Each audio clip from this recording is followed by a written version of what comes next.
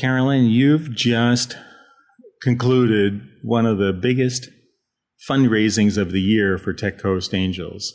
How much money did you close? We have closed on $3.3 million. Wow, that's a good size number. It is a good size number. We were originally planning to raise $2 million. And as we were raising the funding, a venture firm became interested in us and came in, and so we made it a larger round. It's always validating to see those venture capital firms come in at the very beginning. But was there any reluctance on your part when you were seeking to accept 3.3? Was that a dilution for you and some of the other early investors? Was that an issue ever? I think as we looked at it, I think we could have raised more. We actually have more interest in the 3.3, but we stopped at 3.3 just because of the dilution. But our board felt that the additional funding would allow us, since we're getting ready to commercialize our first products, will allow us to push into commercialization further, and that would be a good thing. And so then you did. You raised money from the Tech Coast Angels. Who else contributed? We have money from our current investors, came in again, the Tech Coast Angels, the Life Science Angels out of San Francisco, and then Tate & Lyle Ventures, which is a London-based venture firm. Now, your venture capital firm that joined in the funding, they're just not any venture capital funding. What's unique about them, Carolyn? They actually are an independent venture arm of Tate & Lyle, which is a large global sweetener and fermentation company. So they focus on renewable ingredients both for food and industrial. But I think they have about $8 billion of revenue globally. Wow. We were raising money from the Tech Coast Angels, the Pasadena Angels. At that point, the Life Science Angels were just starting to look at us. Then the Tate & Lyle Venture became involved, and that, I think, increased the enthusiasm with the angel investors. Yeah, you developed a lot of momentum. A great deal of momentum. Yeah. Tell me a little bit about what the company and your product is, Carolyn.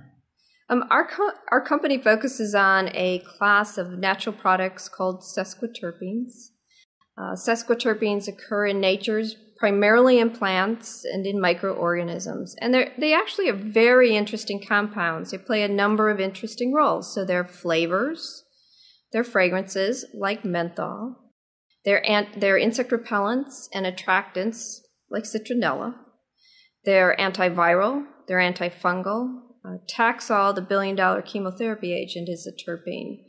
Carotenoids, lycopene is in the terpene family. So they're very interesting from a commercial perspective. The problem has been, historically, they were very costly to produce.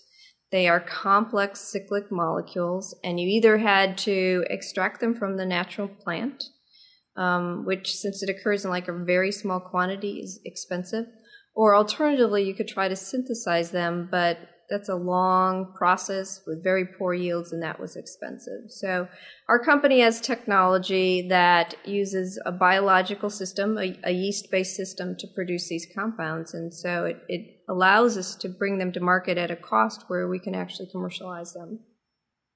And that's all a brand new process, is it, Carolyn? Yeast has been around for a long time, so it's just a different way to do it? Is that the breakthrough? It's really engineering in the metabolic pathway into yeast to produce terpenes. So our technology is really twofold. There is a front end where we have expertise in engineering the genes that produce a specific sesquiterpene. And we engineer it both for specificity as well as for activity. And then once we have an efficient gene, we put it into yeast strains that we've metabolically engineered to produce a high quantity, large quantities very efficiently of terpenes. And then we use the yeast in a fermentation process. So you're right, yeast has been around for a long time, but not the ability to engineer the genes and to metabolically engineer the strains in the way we've done it. So you've got your technology, you've got the funding. What's next for the company, Carolyn? No, the company has been around for 3 years now, and we are just now scaling up our first products. So we plan to use the funding to finish development and scale up and commercialize a series of products. We have 6 products we'll have on the market by 2010, 3 of which we should have in the market next year.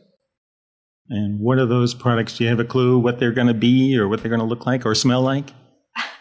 Yeah, we have 2 of the products are flavors and fragrances, and one of the products is an insect repellent that has the efficacy of DEET against mosquitoes.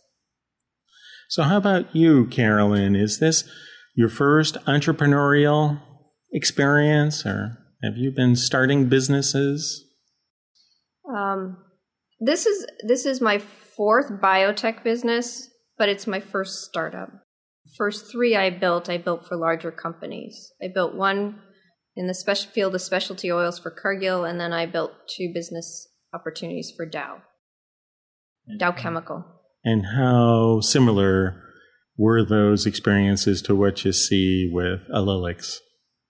I think of those experiences, the one that was most similar was actually my experience at Cargill, in that Cargill tends to be decentralized, and so they've grown a lot of their businesses by letting small businesses grow, and they support their business leaders to do that and give them the authority and the autonomy to do that. The difference there is we had more resources that we could use than we have certainly at Allylix, but I think it was very good training for what I'm doing at Allylix. Sounds very entrepreneurial environment they created. It is very decentralized, a great deal of autonomy, very entrepreneurial. How are you going to celebrate this success of yours? Do you have plans to celebrate?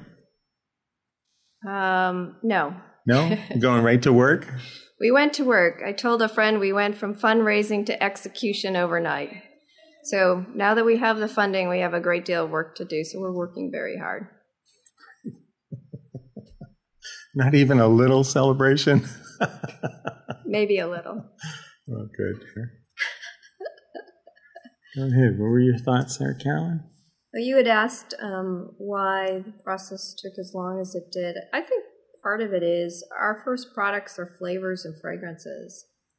And I think we're not your typical company coming through the Tech Coast Angels. They may have biomedical companies, they're going to have biopharmaceuticals, they'll have tech companies. We're very different. And we were fortunate that Steve Block is a member of Orange County, and he came from the industry, so he understood it and he could explain it. But I think that took a while for people to understand what it meant to be a flavor and fragrance company and what the potential was. When you're building a company that's outside of the mainstream of the deals that investors see, it does take longer. The advantage to the investor is there aren't a ton of companies in the exact same space. There's no comparables. You are focused in an area where you can create a unique niche, and that can create value for the investors.